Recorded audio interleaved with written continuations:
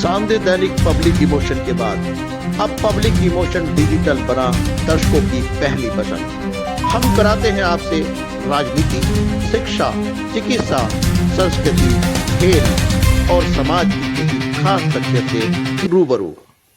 नमस्कार, आप देख रहे हैं पब्लिक इमोशन डिजिटल और मैं हूं आपके साथ डॉक्टर पंकज भारद्वाज।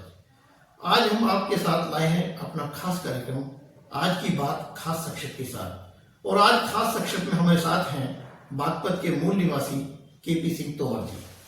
आप एनटीपीसी के अधिशासी अभियंता के रूप में काम कर चुके हैं और अब पश्चिमी उत्तर प्रदेश की मांग को लेकर लगातार काम कर रहे हैं। आइए जानते हैं उनकी क्या मांग है, किस तरह से वो काम कर रहे हैं। आज वो हमारे साथ मौजूद हैं, उन्हीं से बातचीत करते हैं। उनकी क्या मांग है, किस तरह से वो काम कर रहे हैं। आज वो हमारे साथ मौजूद हैं, उन्हीं से बातचीत करते हैं। धन्यवाद। नमस्कार। नमस्कार साहब, आपका बहुत बहुत स्वागत है हमारे चैनल में और इस खास कार्यक्रम में। थोड़ा सा हमारे दर्शकों के लिए बताइए कि आप कहाँ के रहने वाले हैं और कहाँ आपका जन्म हुआ, किस तरह से आपने काम शुरू किया। थोड़ा सा हमारे दर्शक जानना चाहेंगे आपके विषय में। धन्यवाद डॉक्टर साहब, मुझे ये मौका देने के लिए। मेरा नाम कृष्णपाल सिंह तोमर, केपी सिंह तोमर है। मेरा ग्राम बावली, जिला बागपत में पड़ता है, बड़ा गांव है, वहीं पे मेरा जन्म हुआ है। और मेरी माता श्रीमती कस्तूरी देवी गृहिणी थी और ये पिताजी चौधरी साहब सिंह जी, इनका स्वर्गवास हो गया है। एक साधारण किसान थे। एक साधारण किसान में परिवार में जन्म लिया और इसके बाद ही मेरी गांव में शिक्षा दीक्षा हुई। लेकिन मुझे संघर्ष था अपने क्षेत्र के प्रति। मेरे दिल में ये भावना थी कि इसका भविष्य उज्जवल हो। मैंने बहुत मेहनत की, आगे बढ़ा। मेरे पारिवारिक दृष्टिकोण से बहुत अच्छा नहीं था, पैसे की कमी थी और हम किसान मजदूर टाइप के लोग थे। पढ़ाई के पैसे भी नहीं होते थे, तो किसी तरह से ये पढ़ाई पूरी की और इंजीनियरिंग की। फिर एनटीपीसी जो एक विद्युत कंपनी है जिसका आज भारत में 30 लाख बल्ब जलता है, उसमें मेरा अपॉइंटमेंट हुआ और वहीं से मैं तो धन्यवाद देता हूँ उस कंपनी को। मेरी शिक्षा दीक्षा भी उन्होंने कराई और मैं वहाँ पे वरिष्ठ अभियंता के रूप में कार्य किया और देश की एक जो रोशनी थी बिजली की, उस समय मैंने एनटीपीसी सहकारियाँ उस एनटीपीसी के द्वारा दी। एनटीपीसी की महारत्ना कंपनी है। इसके बाद मैंने उसमें 36 साल काम किया। 36 साल के बाद मैं सेवानिवृत्त हो गया और समाज सेवा में लग गया। एनटीपीसी सहकारिया समिति एक बहुत बड़ी ग्रेटर नोएडा में सोसाइटी है। हमने उसके उद्धार के लिए काम किए, वहाँ के क्षेत्रियों के लिए काम किए। वहाँ का मैं समिति of all resident welfare association बनाया गया, जिसका मैं जनरल सेक्रेटरी हूँ। और वहाँ के जिले के जो प्रत्येक लोग हैं उनकी सुविधा के लिए जो भी हमसे संभव होता है संस्था के द्वारा कार्य करते हैं। एक ये है।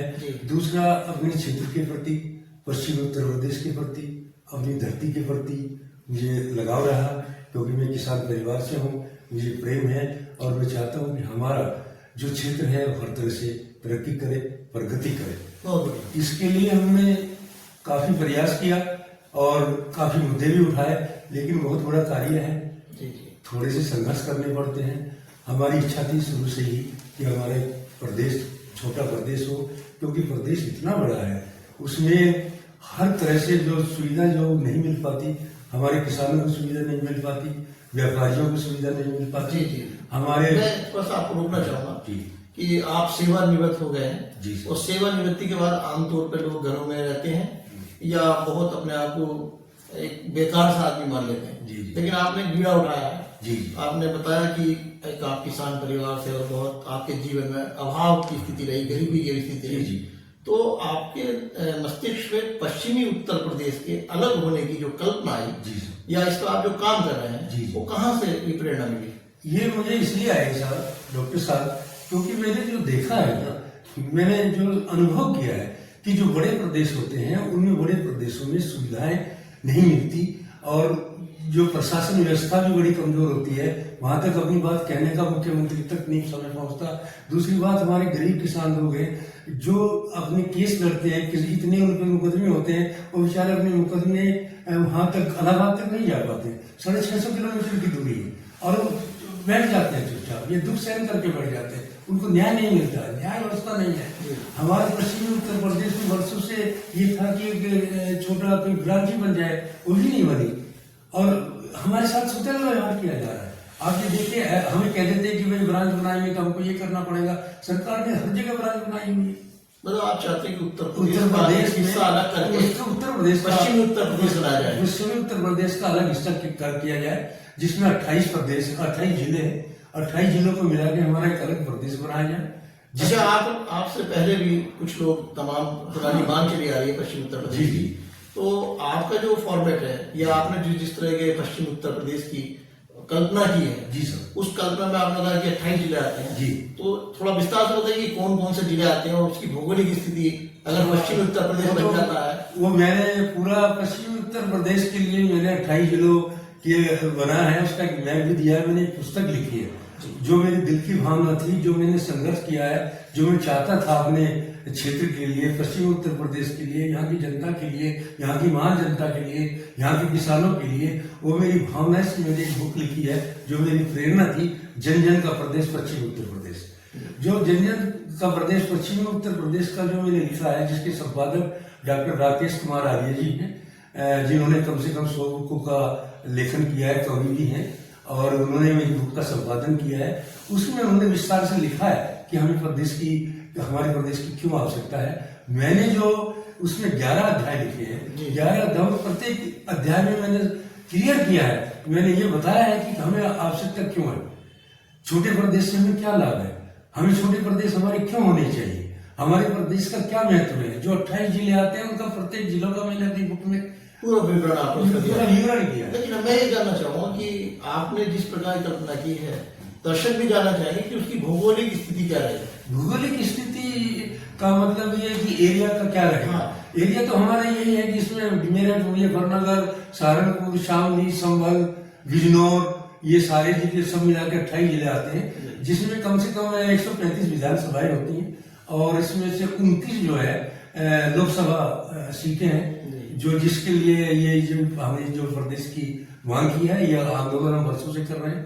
कई बार आंदोलन हम किए हैं, लेकिन उसमें हमें भी सफलता नहीं मिल रही है, लेकिन फिर भी इसके लिए हमने बहुत प्रयास किया है। बिजनौर से भी हमने आवाज उठाई है, मेरठ से भी उठाई है, मुजफ्फरनगर से उठाई है, कई संगठन मिलकर उठा रहे हैं। मेरा यही सवाल था कि अब आप ये काम कर रहे हैं और ये मांग उठाने लगे, लेकिन इसके लिए बड़े आंदोलन भी होंगे, और हमारी बात प्रधानमंत्री तक भी पहुंचे और देश के जो नेता हैं संसद में भी आवाज गूंजे, तभी ये संभव हो पाएगा। तो मैं ये जानना चाह रहा था आपसे कि आप जिस तरह काम कर रहे हैं उसमें राजनीतिक लोगों का कितना आपको समर्थन मिल रहा है। हाँ, राजनीतिक लोगों का भी समर्थन हमें काफी मिल रहा है। मैं राजनीतिक लोगों के समर्थन में पहले चौधरी चरण सिंह भी हमारे साथ भी समर्थन में रहे, अजीत सिंह भी रहे कुछ दिन, उन्होंने भी पश्चिमी इसमें हरित प्रदेश की। जयंत चौधरी जी पक्ष में थे, लेकिन अब मैं क्या कहूँ कि उन लोगों को कुछ लोग ऐसे हैं कि नहीं आगे बढ़ा पाए। आपकी बात भी हमारी जेंट से अभी कभी बात नहीं, चौधरी चरण सिंह जी आप बात करना चाहेंगे कभी? हमें अजीत सिंह जी से भी हमने बात किया, अगर जेंट साहब भी आएंगे तो पश्चिमी उत्तर प्रदेश का मुद्दा है हमारे क्षेत्र का। आपको नहीं लगता कि अगर पश्चिम उत्तर प्रदेश अलग बनता है जी सर, तो जयंत चौधरी को फायदा होगा या नुकसान होगा? जयंत चौधरी को फायदा होगा, बहुत फायदा होगा। कैसे फायदा होगा? उसको हमारे जो किसान लोग हैं, देखो जो पार्टी थी चौधरी चरण सिंह जो किसान नेता थे, किसानों की उन्होंने पार्टी का गठन किया, किसानों के लिए काम किया।